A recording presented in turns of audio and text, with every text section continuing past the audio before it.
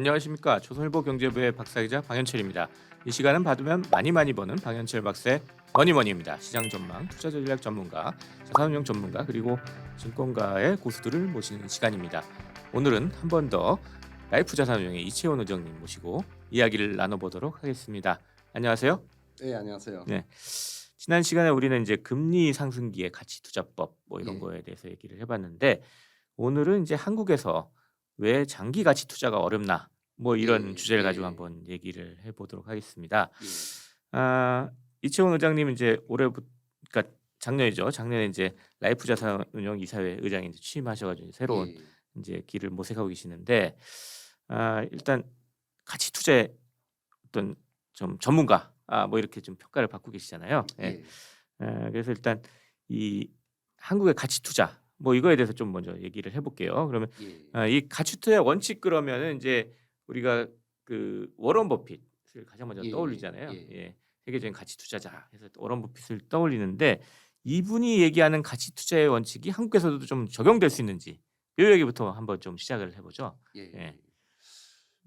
뭐 가치 투자라고 하는 음. 거는 이제 사실은 오렌 버핏의 스승 되시는 이제 벤저민 그레이엄께서 이제 현명한 투자자라는 책을 쓰면서 이제 알려지게 됐는데요.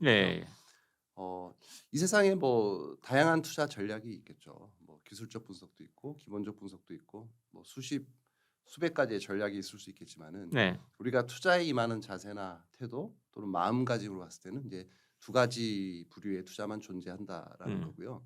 그 첫 번째가 이제 모멘텀 투자가 되는 거고, 그러니까 기업의 이제 내재 가치와는 무관하게 뭐 내일 올라갈 주식을 사는 거죠. 주가가 비싸든 싸든 따지지 않고 올라갈 주식을 사서 떨어질 것 같으면 팔고 어떤 타이밍 매매, 좀 직관이나 감에 의한 매매라고나 할까요? 네. 뭐 경기가 좋아지면 뭐 좋아질 것 같으면 경기 민감주 사고 시장이 불안해 나 주식 다 팔래 뭐 이런 식의 스타일이 이제 모멘텀 투자가 되는 거고요. 반면에 이제 가치 투자는 그 이런 시장 상황과 무관하게 오직 기업의 가치만 보고 그 기업의 내재 가치 대비 저평가되어 있을 때만 투자하는 게 이제 가치 투자고요. 뭐 여러 가지 표현이 있겠지만은 가격과 가치의 괴리를 취하는 전략이라고 할 수도 있고요. 가격이라는 거는 이제 주가죠. 그 시장에서 거래되는 주가고 이제 가치는 실제 그 기업이 가진 고유의 내재 가치를 의미하는 거고요. 물론 계산하는 방법이 쉽지는 않습니다. 어쨌든 가격과 가치의 괴리를 취하는 그 차이를 취하는 전략이 이제 가치 투자의 핵심이고요. 어떤 기업의 진정한 가치가 예를 들면 2만 원인데 이게 뭐 왠지 모르게 만 원에 거래될 때 우리는 만 원에 사서 2만 원이 될 때까지 진득하게 기다리는 게 이제 가치 투자의 이제 핵심이고요. 근데 이렇게 보면 좀 쉽죠. 어떻게 보면 뭐 2, 3만 원의 가치가 있는 거를 뭐 만 원에 사서 기다리면 된다라고 하는 건데 이게 쉽지가 않은 거는 일단 시간이 많이 걸린다는 거고요. 시간이 꼭 많이 걸리지는 않지만은 우리도 뭐 많이 걸리는 걸 원하지 않아요. 저도 빨리 사서 한 달 만에 두세 배 올라서 팔고 나가면 좋겠죠. 근데 그 근데 시기를 알 수 없다는 거죠. 언제 네. 오를지 아무도 알 수가 없는 거죠. 예. 제가 뭐 그 한국투자 밸류에 있었을 때도 뭐 DI 동일이라는 사실 굉장히 우량한 뭐 방직 회사긴 한데 뭐 라코스테나 이런 알루미늄에 투자를 많이 해서 자산 가치도 높고 성장성도 높은 기업이었는데 투자해서 5년 내내 뭐 5만 원, 6만 원 주가가 안 움직여요. 그러다가 뭐 올해 40만 원까지 갔거든요. 근데 그게 그렇게 갈지 아무도 모르니까 뭐 고객분들도 투자자도 누구도 기다리기가 어려운 게 이 가치 투자의 가장 좀 어려운 점이 아닌가 좀 생각이 들어요. 근데 어쨌든 이 가격이 반드시 내재 가치로 간다는 믿음만 있다면 뭐 언제까지 기다릴 수가 있는데 문제는 이제 이게 계속 안 갈 수도 있다는 거예요. 예. 그러니까 말씀을 들어보니까 지금 한국에서 상당히 모멘텀 투자가 상당히 예. 많은 것 같은데 이제 예. 이 가치 투자로 가는데 상당히 어려운 부분이 있다. 예. 뭐 이런 것 같은데 예. 예. 어떤 부분이 이게 한국에서 좀 가치 투자하기가 어려운 부분이다. 예를 들면 얘기해 아까 주실 수 있나요? 말씀드린 내재 가치가 3만 원인데 만 원에 거래가 돼요. 음. 근데 5년이 지나도 만 원에 거래가 돼요. 음. 10년이 지나도 만 원이에요. 이러니까 못 기다리는 거죠. 언제 올라갈지 모르니까. 근데 그 이유들을 보면은 이제 투자자 보호 장치가 좀 부족하다. 뭐 이런 식으로 표현을 할 수밖에 없는데 네. 그러니까 장기 투자할 여건이 좀 아직까지는 성숙하지 않지 않았나 여태까지는. 근데 많은 게 바뀌고 있고 지금 좋아지고 있지만은 그 기존에 이제 과거 10년을 이제 돌이켜 보면은 그런 뭐 상법이라든지 예를 들면 상법 제 382조 사망이라든지 음. 그런 면에서 보면은 뭐 이사는 회사를 위해서 일한다 뭐 이런 식으로 돼 있거든요. 그건 좀 이따 좀 자세히 좀 알아보죠. 예. 상법 그 얘기는. 문제도 예. 있고 뭐 공개 매수 제도 같은 거 도입이 안 음. 돼 있다든지 그다음에 시가합병 제도라든지 음. 자사주 매입도 소각이 아니고 이제 매입했다가 샀다 팔았다 해 음. 버리니까 미국은 자동 소각되잖아요. 음. 이런 등등 장치가 없으니까 내 주식이 안전하다라고 생각을 안 하는 것 같아요, 음. 투자자들이. 음. 뭐 제값을 못 받으니까. 음. 예. 최근에 뭐 시장의 이슈가 이 LG 에너지 솔루션 예. 예, 상장 관련해서 약간 이런 비슷한 얘기인 것 같은데, 그러니까 예. LG 화학에서 배터리 부분인 LG 에너지 솔루션 이제 예. 분리해서 예. 상장을 하겠다 그러니까 예예. LG 화학 주가가 확 떨어져 버렸어요. 예. 그래가지고 이게 뭐 시장 내에서 지금 갑론을 박 시끄러운데 이게 투자자 보호 장치가 없다. 뭐 이런 것과 좀 관련이 있을까요? 뭐 그게 그 논란이 왜 생기냐면 네. 이게 애초에 음. 이게 인적 분할이 돼 가지고 음. 그냥 화학 사업부 음. 그 레거시 사업부랑 그다음에 뉴 비즈니스죠. 음. 배터리 사업을 분리를 시켜 놨으면 음. 그냥 자기가 원하는 주식을 사면 되잖아요. 음. 투자자가 다양하니까. 내가 앞으로 배터리 산업이 유망하다 그러면 배터리 회사를 그렇죠. 사면 되고 사면 주식을 되고 사면 예. 되고, 그냥 기존의 LG 화학 그냥 화학 예. 산업이 유망하다 그냥 그렇습니다. 거기서 뭐 예. 배당만 받겠다 그러면 LG 예. 화학 주식을 사면 예. 되고, 근데 그게 이제 하나의 회사로 지금 그렇죠. 그러니까 같이 이게 있다가 분리가 된다 이해관계가 이거죠. 일치하지가 않는 거예요. 예. 투자자는 다양한데. 음. 근데 사실 보면은 배터리 쪽도 각광을 많이 받고 있고 좀 음. 주가도 많이 올랐기 때문에 이쪽이 음. 그거를 좀 위험하다고 생각하는 사람도 있거든요. 아, 음. 나는 오히려 이 전통 화학 산업이 더 음. 매력적이다라고 소재 산업을 좋아서 샀는데 예. 배터리를 한다고 해서 주가가 오른 건 좋은데 나는 음. 싫어라는 사람도 있거든요. 음. 그래서 근본적으로는 이제 인적 분할해서 이제 나누는 게 맞는 건데 이게 합쳐서 있다 보니까 수많은 문제점이 발생하는데 예. 어쨌든 이게 그 LG 화학 입장에서 보면은 음.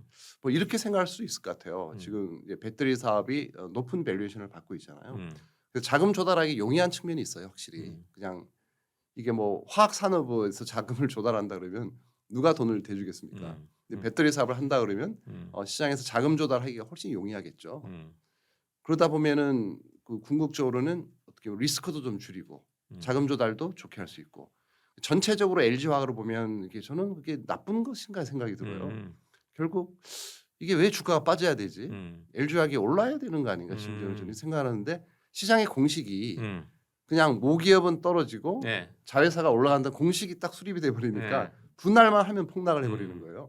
투자자들이 좀 믿지를 못하는 것 같아요. 좀 분위기도 있는 것 같아요. 글쎄 말이에요. 음. 저는 근데 이론적으로는 그게 주가가 빠질 일이 아니다라고 생각하거든요. 물론 이제 근본적인 네. 문제가 좀 이렇게 분할이 인적 분할이 돼서 음. 이제 해결이 돼야 되는 건데 음. 그게 안 되니까 이게 뭔가 혼란이 벌어지는 게 아닌가 자꾸 그런 생각이 들거든요. 네. 이 지주회사도 마찬가지입니다. 음. 일종의 음. 예, 지주회사도 보면 다 분할하면은 지주사는 떨어지고 자회사는 올라가고 이런 네. 식인데 같은 식으로 생각하시는 것 같아요. 예, 투자자들은 예. 지주회사 분할하는 거랑 똑같은 식으로. 그게 좀 맞지 네. 않다라고 생각하거든요. 음. 뭐 그런 의사결정을 할 때는 당연히 기업 가치를 제고하기 위해서 의사결정을 하는 거고. 예. 근데 반면에 또 이제 지주사 주식은 떨어지니까 뭐 대주주 입장에서는 해피한 게 아닌가. 음. 어떻게 보면 좀 뭐 상속세 같은 게 줄어들 수 있으니까 음. 오히려 우리가 휘둘리는 게 아닌가. 시장 음. 참여자들이 음. 그럴 게 아닌데 냉정하게 한번 좀 생각을 해봐야 될 시점인 것 같습니다. 그 문제는.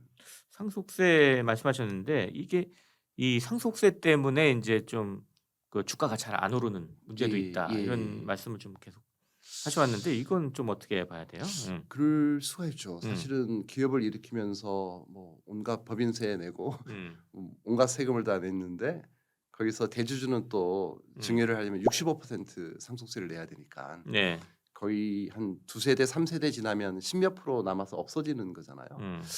그런 점에서 보면은 참 어떤 그 승계가 확실한 경우에는 상속세를 좀 아껴야 되겠다 이런 생각을 할 수 있을 것 같아요. 근데 주가가 오르면 이제 세금이 늘어나니까 주가가 낮은 시점에서 증여를 하고 싶은 욕구가 뭐 아무래도 있을 수밖에 없지 대주주들은 그런 않나. 생각을 하겠죠. 예, 네. 좀 징벌적인 상속세인 것 같아서 65는 좀 과하지 않나. 승계 목적으로 하면은 좀 이연을 해준다든지 일부를 뭐 그런 식으로 좀 뭔가 좀 보완이 필요할 것 같은 생각이 들어요. 좀 장기 투자자들을 좀 끌어들이고 보호하려면 또 상속세에 손볼 게 좀 있어 보이네요. 예, 물론 이제 뭐 공정거래법이나 일감몰아주기 방지법 때문에 음, 이제는 편법 증여가 불가능해요. 음, 그래서 정당하게 이제 증여를 하고 음, 기업 가치를 올리고 배당을 많이 줘서 뭐 음, 연부연납을 해서 5년, 10년에 걸쳐 세금을 내는 게 맞다라고 보는 음, 거고 그런 기업들이 속출을 하고 있는 거고요. 지금 음. 이제 세대가 교체되면서 2세, 3세로까지 지금 가고 있잖아요. 예. 그래서 이런 문제는 저는 이제 조만간 다 해결이 이제 될 거로는 보고 있어요. 또 아까 그 상법의 문제, 예, 뭐 그를 얘기하셨는데 예. 이건 이게 왜 주가를 좀 누르고 있는 이런 이 문제인가요? 상법 제 예. 382조 3항이라는 조항이 있는데요. 이게 듀티 오브 로얄티, 그러니까 즉 기업의 선관 의무나 어떤 이사의 충실 의무에 관한 규정들이에요. 음, 근데 그게 좀 길게 몇 줄이 있는데 요약을 하자면 음, 회사의 이사는 이제 음, 회사를 위해서 음, 일한다가 주로 돼 음, 있어요. 당연한 거 아닌가요? 그렇게 생각할 수도 있잖아요. 이제 글로벌 트렌드는 예. 지금 회사뿐만이 아니고 이제 음, 주주를 음, 모든 주주를 위해서도 일해야 되고 음, 심지어는 이제 요새는 뭐 소비자, 음, 사회, 환경, 그러니까 음, 이해관계자로까지 가고 있거든요. 음, 자본주의가 지금 급격히 변하고 있어요. 음, 과거에는 보면은 뭐 기업 자본주의 이런 식으로 가다가 예. 지금 이제 주주 자본주의로 갔고 음, 이미 이제 이해관계자 자본주의로 전환을 하고 있거든요. 음, 선진국 같은 경우는.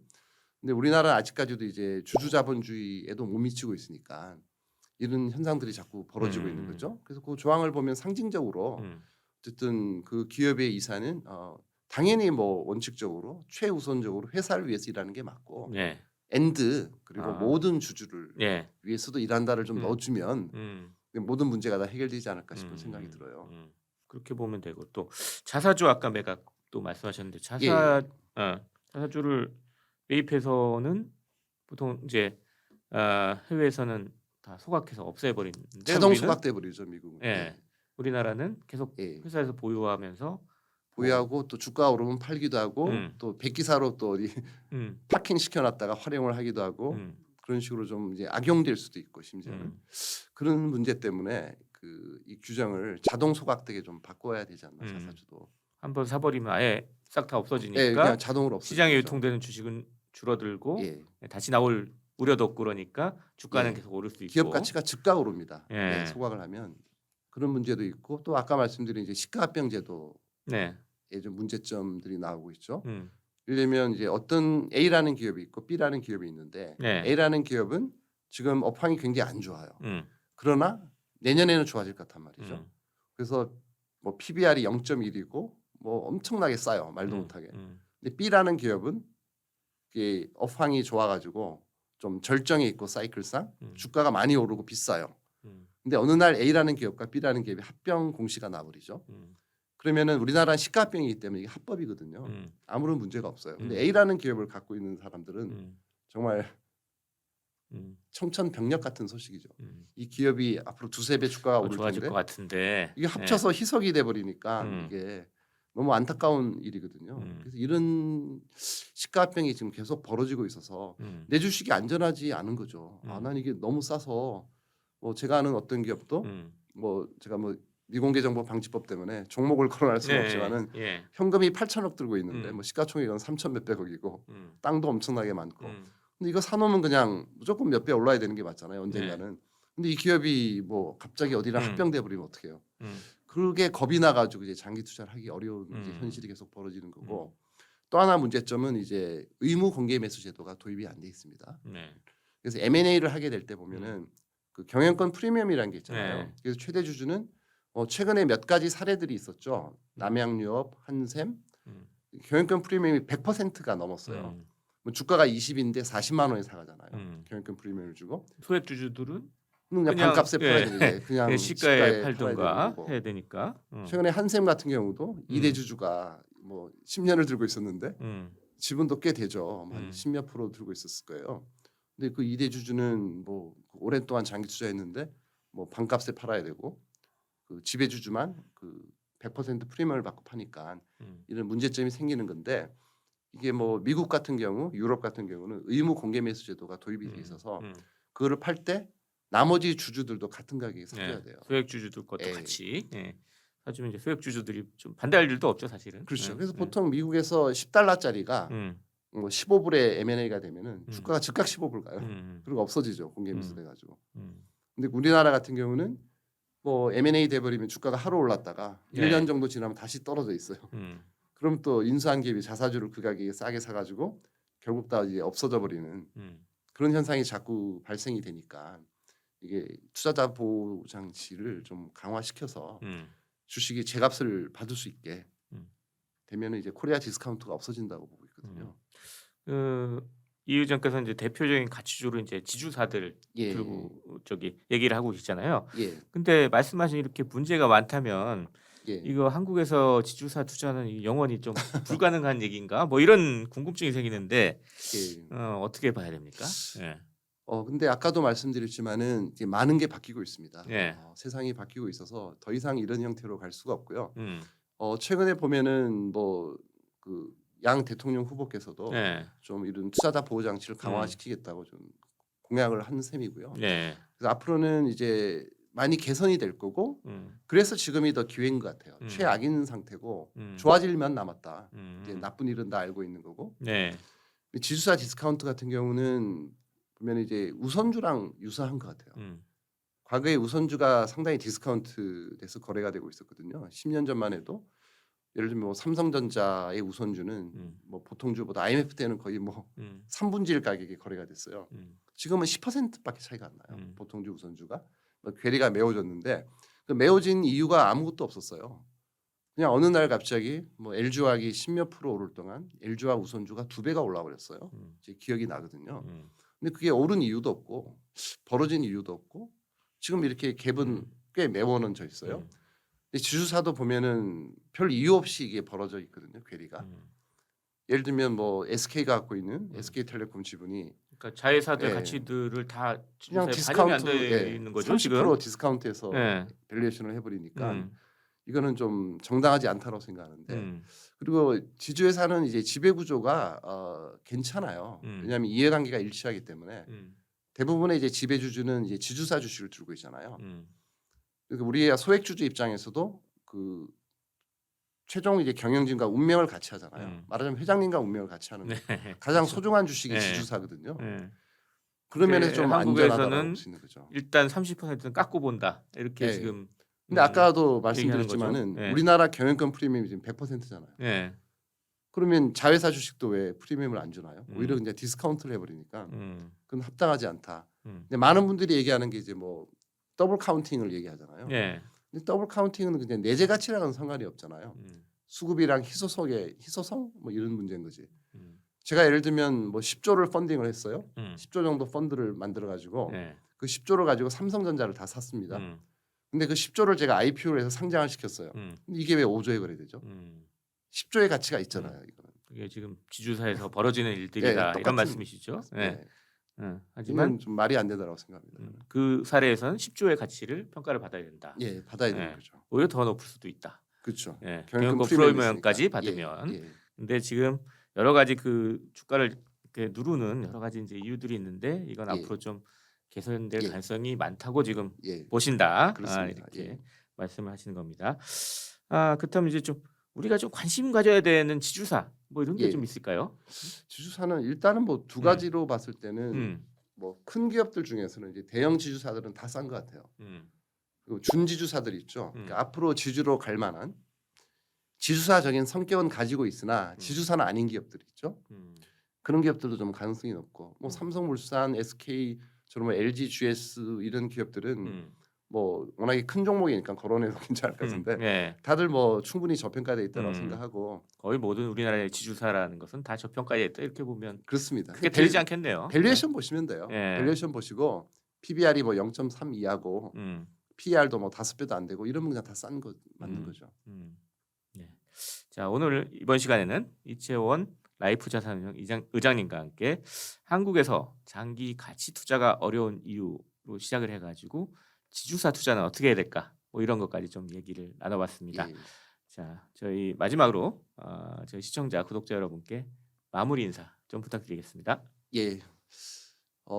이게 모든 이제 저평가된 주식, 특히 이제 가치주 같은 경우가 최근 6년간 굉장히 힘들었는데요. 이제는 뭐 모든 환경들이 금리도 올라가고, 그다음에 밸류에이션 갭이 너무 벌어졌고, 충분히 싸고 이런 상황으로 봤을 때는 이제 드디어 좀 이제 올해는 좀 나아지지 않을까 그런 생각이 드는데 그동안 고통스러운 분들도 많이 계셨겠지만 저도 뭐 그랬을 거예요. 과거 6년 전에. 앞으로는 좀 좋은 날이 오기를 좀 기대를 해봅니다. 네, 올해 가치 투자 성공했으면 좋겠습니다. 지금까지 함께해 주신 라이프 자산운용의 이채원 의장님 그리고 저는 조선일보 경제부의 박수사 기자 방현철이었습니다. 그럼 다음 시간에 또 뵙도록 하겠습니다. 감사합니다.